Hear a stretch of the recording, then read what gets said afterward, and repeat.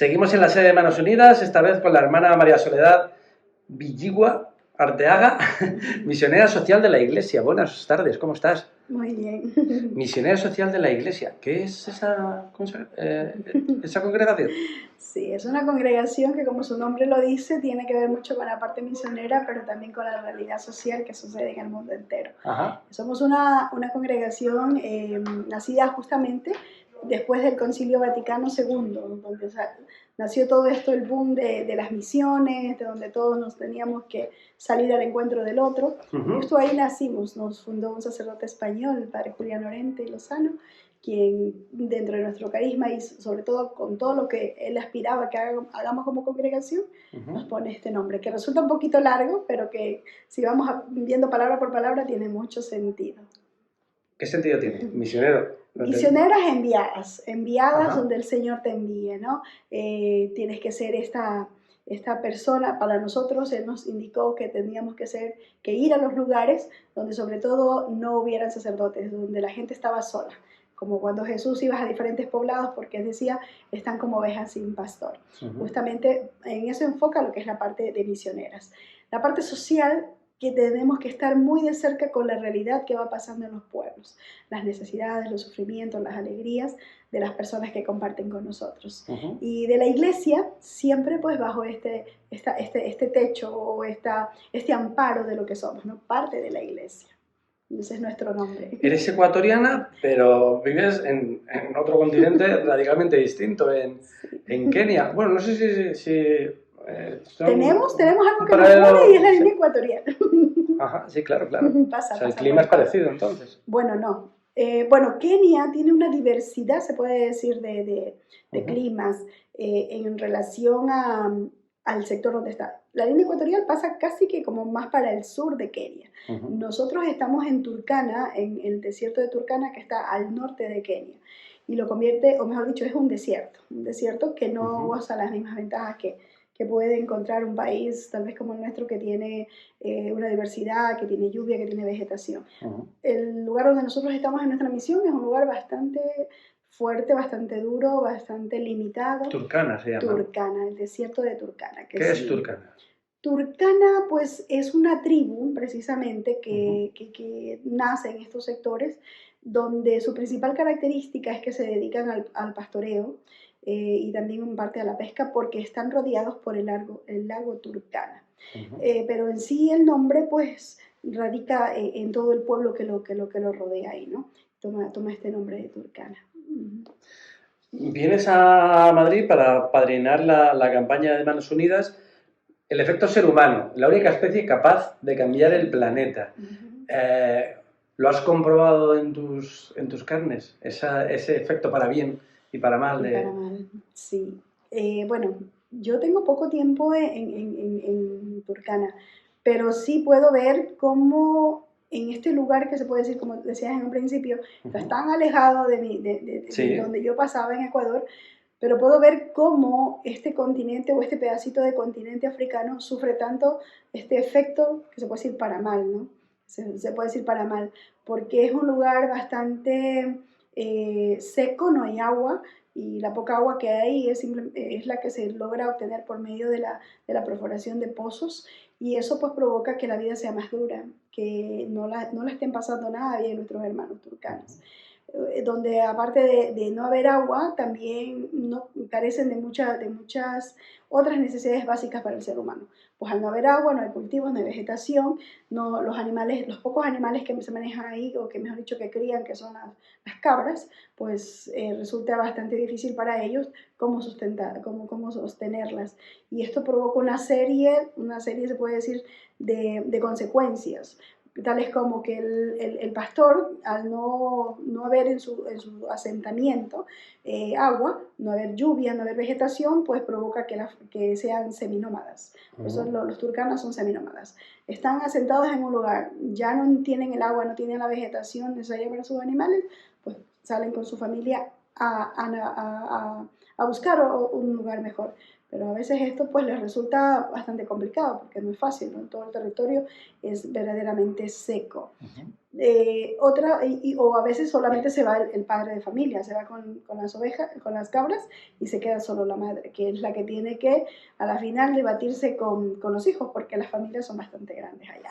Las mujeres tienen 6, 7, 8 hijos y eso pues implica una mayor responsabilidad, o mejor dicho, un mayor trabajo, porque la mujer es la que básicamente tiene que cargar con toda la responsabilidad de la alimentación de sus hijos. Entonces, pues se vuelve una tarea bastante difícil para ellos, llegando a un momento que a veces no tienen que comer. Hay familias que pueden comer en la semana tal vez unas 2 o 3 veces, no más, porque lamentablemente no tienen los recursos para poder comprar los alimentos, que básicamente la alimentación de ellos está basada en el maíz y en el frijol, no más. Es lo que, frijol si es que tuvieran un poquito más, pero por lo general solo un plato de maíz, que de hecho lo cocinan lo cocinan muy poco y se lo comen casi que crudo para que les dure un poco más en el estómago y no sentir hambre tan rápidamente. Al ser tribus seminómadas, ¿cómo es vuestro trabajo con ellas? Porque entiendo que será más con la mujer y con los hijos que se quedan, pero también entiendo que varía distinto a si estuvierais en una población donde mal que bien no se mueve nadie.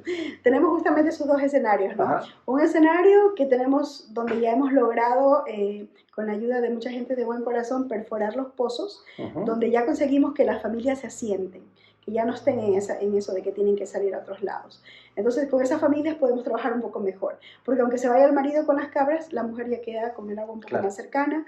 Tenemos nosotros como dentro de nuestro trabajo la parte de asistencia social, en cooperación con otras entidades, tenemos a nuestro cargo 11 centros nutricionales, donde damos de comer a 2.200 niños de lunes a sábado. Y eso nos provoca pues que como vayamos haciendo un trabajo también con ellos, un poquito no solo de alimentar el cuerpo, sino también de educación. A estos niños de 0 a 4 años les damos ya la formación preprimaria, preparándolos para continuar con su educación primaria y secundaria, que gracias a esta creación hemos visto, porque ya tenemos 23 años en este sector, hemos visto que gracias a nuestros centros nutricionales, el gobierno se animó a la construcción de escuelas secundarias, y primaria y secundaria. Entonces como que enlaza ahí. Hay un pequeño recorrido que permite que el niño de 4 años pueda entrar en la escuela y no esté condenado a no tener educación. Exactamente, eso ha ayudado, eso ayuda. Aunque hay mucha división ahí también, o sea, la educación, si vamos la tribu turcana, no está en la misma proporción para niños y niñas, es bastante diferente. El niño tiene más oportunidad por ser varón. La niña pues simplemente termina con nosotros los 4 años que está en la preprimaria, porque todavía es una niña, pero es más seguro que la niña ya esté destinada para según ellos, para lo que están creadas, que es simplemente para ser entregadas, cambiadas o vendidas, como se le quiera decir, a la persona que pueda dar más cabras por ella. ¿Hay matrimonios muy jóvenes?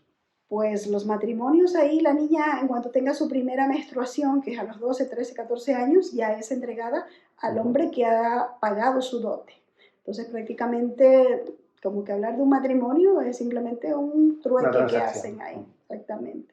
Vosotras al ser hermanas, al ser mujeres, ¿cómo os acoge la comunidad? ¿Hay dificultades? ¿Hay también ese machismo que se ve entre ellos para con vosotras? Sí, claro que sí. Yo recuerdo que nuestras primeras experiencias, y es algo con lo que todavía tenemos que estar luchando, porque el pueblo keniano es bastante machista. El pueblo keniano, para ellos, el que vale o el que tiene la iniciativa de llevar adelante una construcción, un proyecto, cualquier cosa que quiera hacer es el hombre. La mujer está relegada para obedecer y para procrear y todo eso.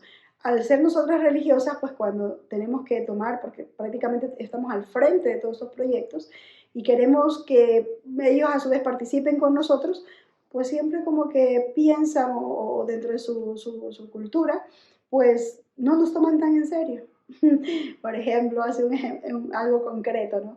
Vamos a construir una parte de la escuela, qué sé yo, vamos a hacer otra aula más y contratamos pues a las mismas personas de ahí para que nos ayuden con la construcción. Pues si nosotros les decimos queremos esta pared de tanto por tanto, pues ellos dicen no, esto tiene que ser de tanto por tanto. pero si te estoy diciendo lo que yo quiero, no, es que así es. Entonces, pero si va un hombre y les dice quiero de esto, o sea, no hay discusión, no hay discusión, por poner un ejemplo así. Pero es que eso lo vivimos nosotras, un poco eso pero, o sea, aquí las mujeres no tienen esa voz, pero sin embargo, pues nosotros nos manejamos de otra manera, ¿no? Y al final llevamos adelante los proyectos, tienen que ajustarse a nosotros, claro. Pero es difícil, es difícil. ¿Cómo es la colaboración con Manos Unidas? Que además es una ONG eminentemente femenina. Sí, gracias a Dios nosotros estamos en estos 23 años y desde los inicios hemos tenido esta participación o esta colaboración mutua con Manos Unidas, donde el principal apoyo que hemos recibido, porque es bastante caro perforar los pozos. Estamos hablando que un pozo nos cuesta alrededor de 12.000 o 15.000 euros la perforación de un pozo, y que estos pozos no son eternos, justamente por la crisis climática, pues muchos de ellos se nos van secando, porque ya no hay esa vertiente profunda que lo siga proveyendo de más agua.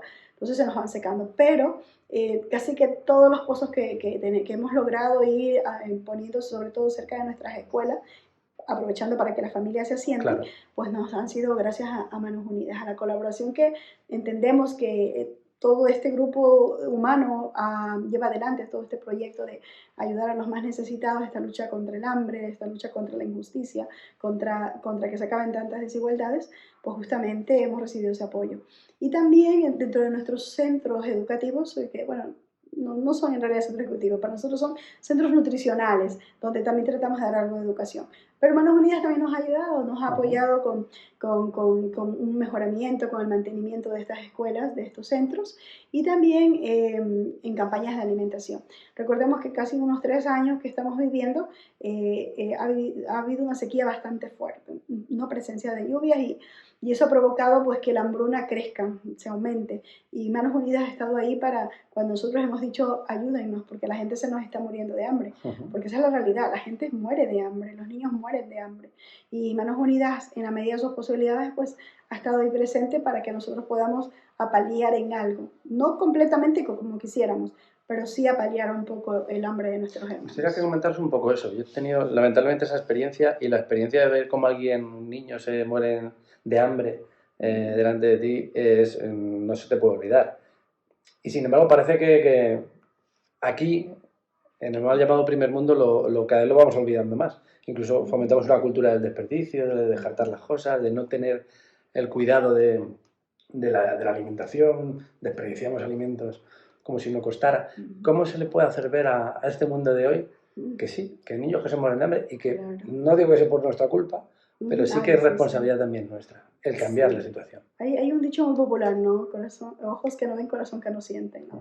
Y a veces como que estamos tan ensimismados en nosotros mismos, y que lo único que cuenta es mi bienestar, lo único que cuenta es que yo esté bien, que mi familia esté bien, y no digo que sea malo.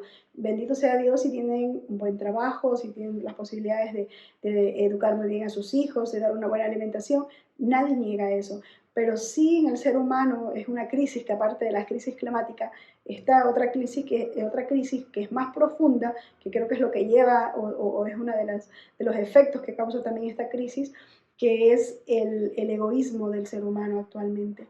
El no pensar en el otro, en no pensar que en esta tierra no estoy solo yo, sino que hay otros más, de no involucrarme en esas otras noticias que salen, porque muchas veces podemos ver un artículo ahorita en internet, podemos ver lo que hacen los medios de comunicación, mostrarnos otra realidad, mostrarnos África está muriendo de hambre, puede ser un titular muy grande que muchas veces leemos, pero como estamos es simplemente una noticia más, son una frase más, no la hemos palpado, no la hemos visto, porque no hemos ni sentido hambre, no sabemos lo que es el hambre. Cuando una persona se pone los zapatos de la otra, puede sentir un poco esa empatía por el sufrimiento del otro. Pero a veces yo creo que en este mundo tan consumista nos hace falta que aprendamos, o que las familias enseñen a sus hijos también, por lo menos un día, que experimenten lo que es tener escasez de algo. Porque aquí es muy fácil, abrir el grifo y tenemos agua. El niño tiene hambre, saca de la nevera y tiene. Pero ¿en qué momento les hacemos tener una experiencia de lo que significa no tener todo tan al instante? ¿En qué momento les hacemos ver que a lo mejor hay familias en Kenia pasa eso, que para traer agua muchas familias tienen que caminar 1 o 2 horas o 3 horas. Y no solo las mujeres adultas, las niñas van cargando ahí a medida de sus posibilidades. Entonces es bueno que el ser humano también se dé una oportunidad para pensar en el otro. Y yo creo que esto es una de las cosas más difíciles, porque podemos decir, bueno, recicla, controla un poco la cantidad de agua que estás consumiendo, no botes la basura para que siga más contaminación. Son cosas, actos pequeños que ayudan, pero que en realidad yo creo que lo más difícil es entrar al corazón de la persona y hacer que esa persona deje de pensar solo en sí misma. Que se ponga un rato y piense, a ver, en todo este planeta, ¿quiénes más viven? Aquí, en el continente europeo, perfecto. Ahí está, no todo se padece en gran medida estas necesidades. Pero fuera de aquí, ¿qué pasa en el mundo? O sea, interesarnos por los otros también, por lo que está pasando en América, por lo que pasa en África, en Asia, en estos grupos más vulnerables. A ver, ¿cómo está lo que yo hago, cómo está impactando en nosotros? Entonces yo creo que eso es una lucha todavía más dura, porque es entrar en la persona o hacer, tomar una conciencia que a veces cuesta. Yo le pongo esa comparación como el joven rico, cuando va ante el Señor y claro, está todo bien, su vida está muy bien, quiere algo más, busca algo más. Y de pronto el Señor le dice, pues, vende todo, dalo a los pobres y sígueme. Y ya no lo puede hacer. Entonces a veces nos falta eso, ¿no? Desprendernos, no digo literalmente como dice el Evangelio, pero sí desprendernos un poco y mirar un poco más allá, que no estoy yo solo, o incluso que tal vez no puedo hacer mayor cosa, pero tal vez mis pequeños actos, mis pequeños cuidados del planeta puedan hacer que otras personas no lo pasen tan mal. ¿Hay esperanza para que nosotros como especie seamos capaces de cambiar el planeta? Yo sí creo, porque cuando nos dice la Biblia que Dios lo hizo todo bueno. Entonces en el ser humano sí todavía está lo bueno. Lo que pasa es que a veces como que lo tenemos ahí como medio encerradito en nuestro corazón, en nuestra mente. Pero Dios nos hizo bueno, entonces por lo tanto podemos dar buenos frutos todavía. Si tomamos conciencia incluso de que no solo es a mí al que estoy lastimando, porque parece que por hacer esto o lo otro, bueno, los demás sufren, pero es que en realidad nos afecta a todos. Aquí yo estaba escuchando las noticias y decía, bueno, España también tiene ciertos sectores donde no está lloviendo, donde la están pasando mal, entonces es mi pueblo también el que está sufriendo a no muy tantos kilómetros. Entonces yo creo que el ser humano pues debe tomar conciencia de eso y yo digo sí hay esperanza porque es cuestión de voluntad. No es que tengo que tener grandes cosas para comenzarlo a hacer o que necesito una excelente educación. Es tener sentido común, empatía y sobre todo amor al otro. María, muchísimas gracias y muchísima suerte. Ay, yo lo pagué. Muchas gracias.